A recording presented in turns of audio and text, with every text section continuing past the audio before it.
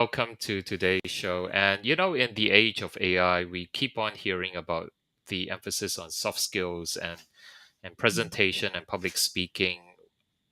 Isn't that what they always talk about on social media posts as to how we can improve our value and how we can and stand out from amongst the crowd. And so here I'm very proud and very honored and very humbled today to have with me the lovely Sarah Denham, all the way from Melbourne. Sarah, did I get Yes. your last name right? Oh, Sarah Denholm, absolutely. Yeah, yeah. Yes, it's Okay. actually a Scottish name. Oh, Yes. cool. Okay, great. All right, that's awesome, Good and start. it's beautiful, to have Sarah on board. Sarah's a really experienced communicator and a coach, and I think we can, just fire away some questions at Sarah. Sarah, tell us a bit about yourself. Maybe let's start off with like what's your favorite color? Oh, my favorite color. Gosh, I actually don't have one. Oh, okay, I like purple, but nice. I'm happy with quite a lot. Yes. Yeah, That's cool. purples, blues, greens, those types of color. Yeah. Wonderful. That's wonderful. Sarah, tell us about your how did you get started in this business of teaching and public speaking, presentation, Mm. and teaching executives and employees how to communicate better? Yes, well, I actually started my career as a professional pianist. I used to be a Oh, classical wow. pianist. And Nice. I always struggled, even when I was a small child, I struggled with that sort of performance anxiety that would kick in. And so being on stage, while I loved it and I found it very rewarding and I was good at it, I also found it very stressful. And at one point, I almost had to step away and I was going to lose my career. I actually ended up with eczema all over my body, which is a family genetic. We have a history of that in our family. And I was under a lot of pressure. And my way back after going through that, and I was hospitalized and I didn't perform for quite a long time, it was very severe. My way back was actually learning how to speak in public because I was terrible at that too. And I couldn't communicate. I was a very shy person and introverted. So having people looking at me was a major challenge for me, which I think maybe if people who are watching today and perhaps in a technical industry, perhaps you don't love being looked at either. That can be a real challenge. Suddenly you've got a whole lot of eyes looking at you, and that can get in the way. Yeah, it sends our system into a bit of shock. So I guess that's where I ended up moving into this field, and I was still playing the piano, and I started doing this, and it gradually moved, and now I'm so full time and so busy that there's no way that I could do anything career wise as a pianist. But I still love playing. I just don't. I do it for fun now and with friends. Yeah. So I guess that's a short version of my background. Yeah. That's fantastic. I really am very impressed because I think that it takes such an enormous amount of courage and so much effort to get to where you're at. I can just imagine someone who's, just a typical, someone who isn't so outspoken and, Yeah. now running a business, teaching people how to speak publicly. And Mm. I'm reminded of a quote by a relative just this week. This relative told me, I don't like it when people look at me. And I said, Um, what do you mean? And this relative said, well, it's the eye contact thing. I just don't appreciate eye contact. And I yes. was going, oh, you got to be kidding me, because Oh, that is the fundamental thing in just interpersonal communication. You got to look people in the eyes. And yet, in Western culture, yes, yeah, absolutely, you do. absolutely, yes, Yeah. yes. and Um, mm. and you telling me that you have to, muster up the courage and arrive now at this place where for a living, you look at so many eyes looking at you. I Yeah, do. yeah, Yes, I do. And I still don't always love having that number of eyes on me. There is still that sense that my system's going, oh, this is very activating. But it's how it is, and I love what I do, and I would not change anything. But it was certainly a process that I had to learn to become comfortable while being watched, and also not only to be comfortable in myself, but also to feel that I could coherently string my thoughts together. Because for a lot of people, if they don't like being watched, being able to actually think clearly, there's a disruption to our system when we're being watched, and we're uncomfortable with that. And being able to think clearly it becomes such a challenge for a lot of people, particularly if you spend time, at a computer screen and you're not really interacting as often as you might do on a daily basis. I work a lot with technical clients, and they are often sitting, with many screens sometimes, and they're just moving from screen to screen, and they're not really having to face that. And then when they do go into, a Zoom or Teams meeting, where even if there's lots of little eyes looking at them, like a big meeting or in a room, Yeah. uh, their system goes into a slight shock. It's how to deal with that. Yeah. I'm tempted to pick your brains on that area. However, I know that that is your unique selling proposition, and thus I Happy to share with you. I'll respect that. Um, Mm, but maybe just one practical thing to help people ease their nerves. When they have to, for example, give a presentation or mm, mm. speak to an executive at a corporate function. Yes, yes. And look, there are many, many things that can help, and it does vary person to person because we are all different. But one of the key things that I find is very helpful for clients is this reminder, and they're priming themselves to remind themselves of what they have done previously. And it can be any area of their life where they feel successful, where they feel, even it can be a tiny aspect where they feel, I am good at this, I can nail this, I feel good about myself. And if they can deliberately bring that into their mind, the research is very clear on this, that actually your whole endocrine system will change and the hormones will shift, and you will start to recall how you felt in that moment. And if you can do that just before you go in, it can set you up.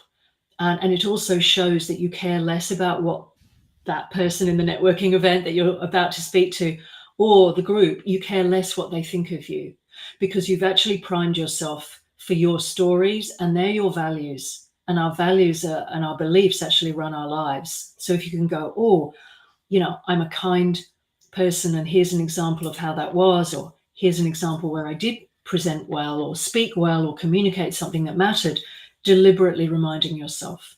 So that's one way. And my second thought, a quick one, which is even faster than doing that sometimes, and also that one has to be thought about beforehand, of course.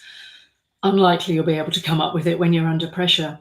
Sure. The second one is using music, because music, and I know I'm a professional musician originally, so I have a bias, but again, the research shows very clearly that if you have a particular piece or playlist or anything that's going to set you up, you listen to that music. Like I have one client in IT at the moment who has to go and present to the board and hates doing that, really hates it.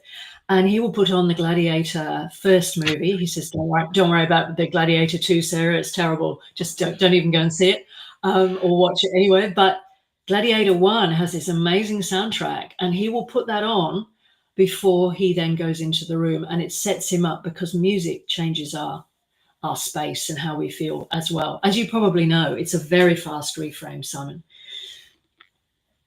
Do you find that? Fantastic. Well, yeah. Wow. Yeah. A war-like soundtrack, to prime one up, and Yeah. just go Why in with not? that. If it works for you, that's just one example. I have many Fascinating. others. That's Yeah. wonderful. That is a Yeah. real keeper of a tip. Thank you, Sarah. That is You're welcome. incredible. So Yeah, music no, it's a fun one. Mm. and finding that point of confidence in one's history. Mm. So, going back and just probably digging deep and just trying to find that one incident where, you know, uh, someone was successful, Yes. Yeah. and then taking that as an anchor point. Absolutely. And maybe too that you Yeah. don't have to dig that deep. I mean, sometimes when we go for a walk or we're in the shower or something and we just let our mind free freestyle, Oh, yes. we can actually come up with this concept that, okay, that was a moment, and it could be something this morning, or it could be 20 years ago. Or yeah, and it can be a huge event that you felt like, yes, I nailed that. Or again, it can be a tiny moment where you just went, you know what, I was actually proud of myself there. And that deliberate reminder makes all the difference.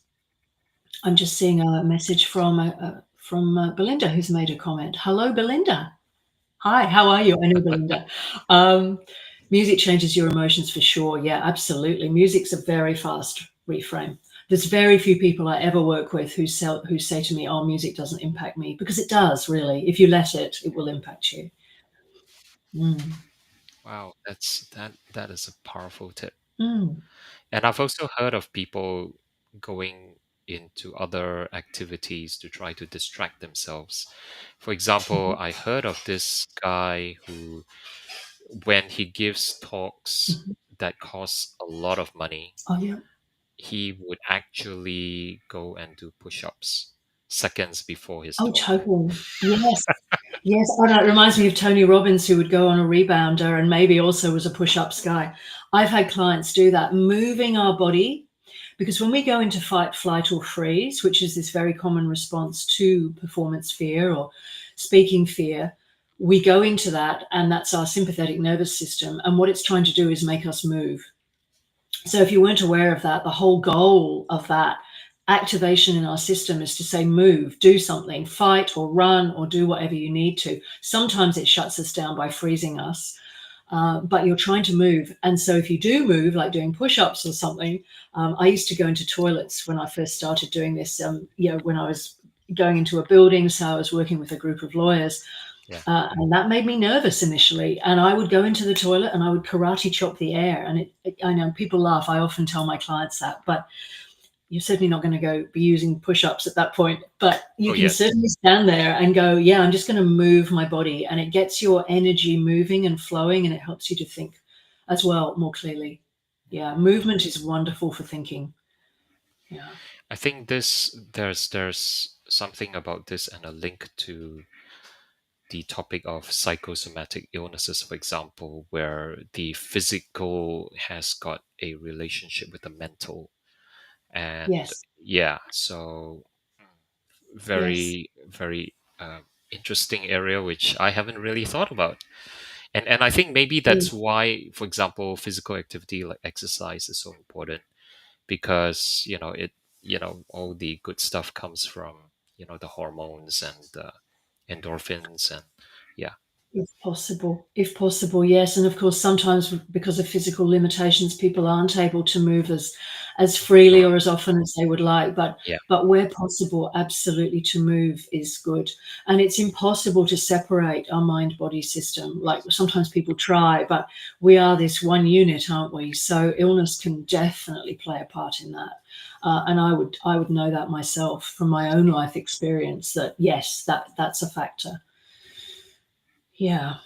Yeah, big Awesome. area that. So we haven't got time to probably go into that one today, but yes. Yeah, yeah, sure. We could, I can imagine, talking hours about that, which I'm Mm. not going to. I'm going to switch to another topic, Okay, which go for it. is, I think, let me look, empathy with an audience. Ooh, ooh, big one. Yes. And I must Oops. just say, if anyone is Oh, watching this or watching everything I'm the replay, touching I now don't is, know what's coming, big spheres. but Yeah. yeah, Simon's just throwing things at me, so this is great. Uh, Look, empathy for your audience. Yes, I am a huge believer in that. I was actually working at the University of Melbourne yesterday with ambassadors, so student ambassadors in various schools, so law and engineering, architecture. They were fascinating. It was so interesting to hear them, and they've got such interesting perspectives. Um, and I said, when you first think about public speaking to the whole room, I said, what are the first words that come to your mind? And one of these ambassadors said kindness. And I'd not heard that one before. No one had ever said that. And I go, yeah, you're absolutely right. Because how we come across and how we feel about our audience is this whole connection piece, which I am incredibly focused on and believe is fundamental to any good speaking, is that we have to be connected in some way, find some point of connection to the audience and to ourselves. And particularly, I think with AI is, I mean, AI can show empathy in a way, but not, I mean, you know this area far better than I do, Simon, but this whole building trust and the nuance and the empathy and the tone, AI isn't there yet. And so that's where this whole I think you started today by talking about the soft skills. That's where this is just so important, to have empathy and care and understand about the audience. And I will go in and I will say to an audience, you know, I'm so pleased to be here, you know, and sometimes I'll make a joke and say, possibly I'm more pleased than you are if I've gone to an in-house and they're not that excited about, you know, a public speaking workshop. But it's that sense of showing that kindness and that connection, if we can do that. And interestingly, and I know I'm talking a lot, I'll stop, but it does help to get us out of our own way. So if we are stressed or nervous about ourselves, if we can actually feel empathy for the room or even one person, because we don't know what people are going through and we hide a lot, don't we, as humans, and especially in a professional capacity, that makes a huge difference. Sorry, there was a lot in that. So take Oh that no, anywhere you like. no, I know that was a lot. that's really important. Um, there is a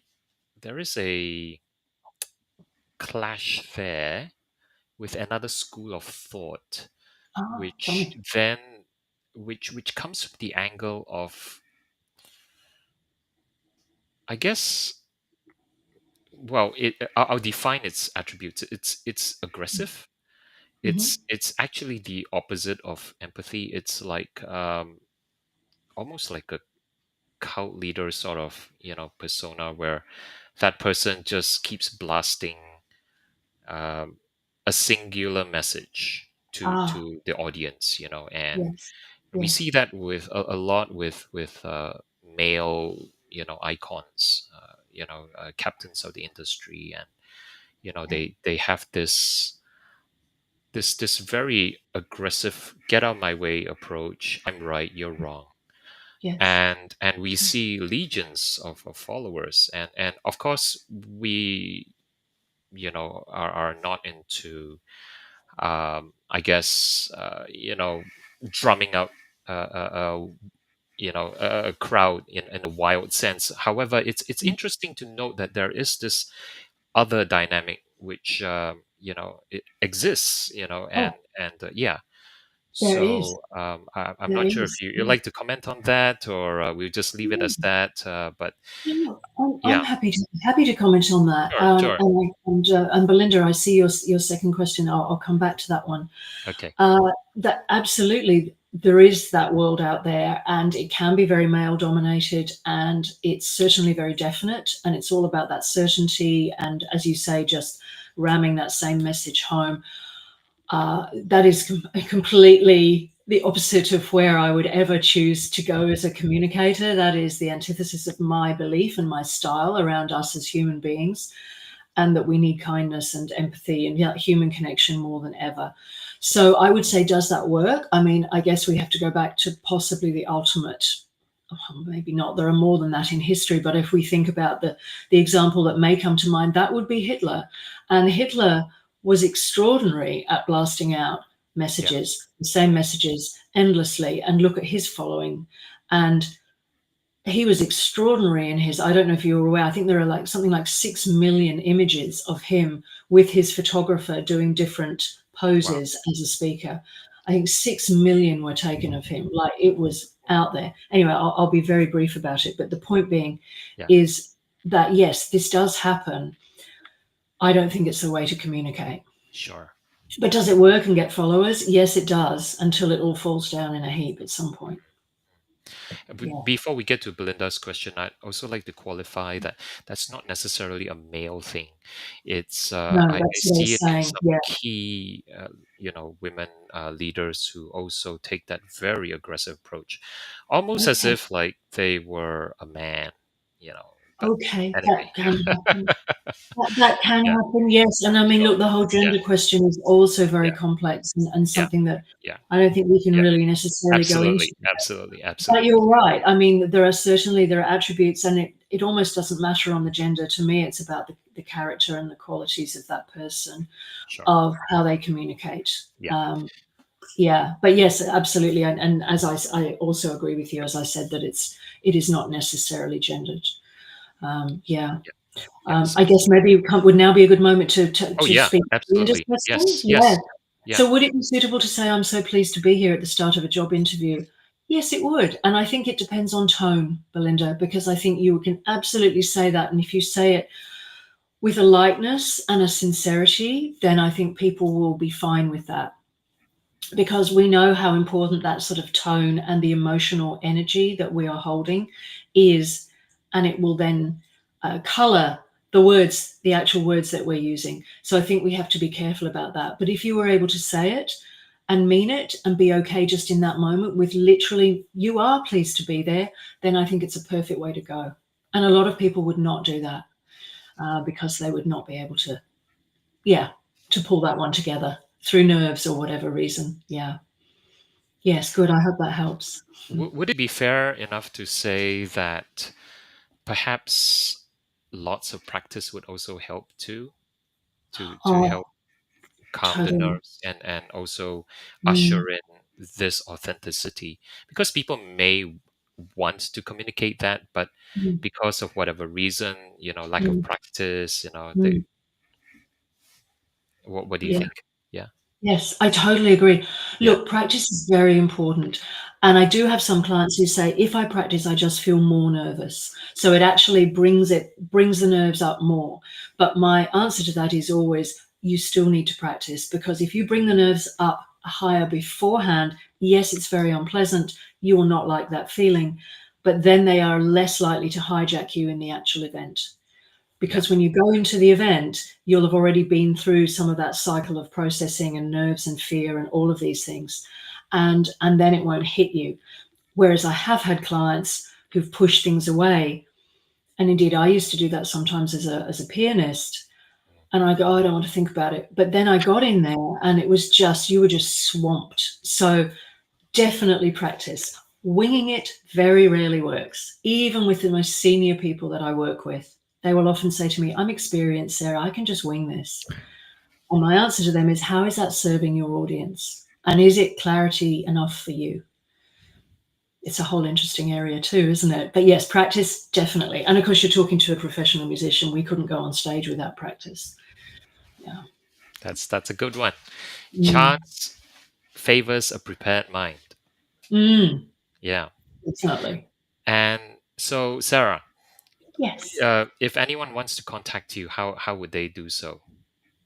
Oh, absolutely. So I'm on LinkedIn. That's my main platform. I don't use the other platforms nearly as often. So you can go to my profile. You can DM me on LinkedIn. There's also a link to my website. So there's a contact form there. And you can also book a discovery, which is either in my profile on LinkedIn, or it's very prominent on my website to say you can book a chat with me. And it's completely no obligation. There's never any pressure, and I'm not pushy at all. So if you do want to have a chat about your situation, you're very welcome. Anyone who is interested to do so. Yeah, always happy to hear from you. Sarah, I'm so glad to have you on the show and to have learned a little bit from you.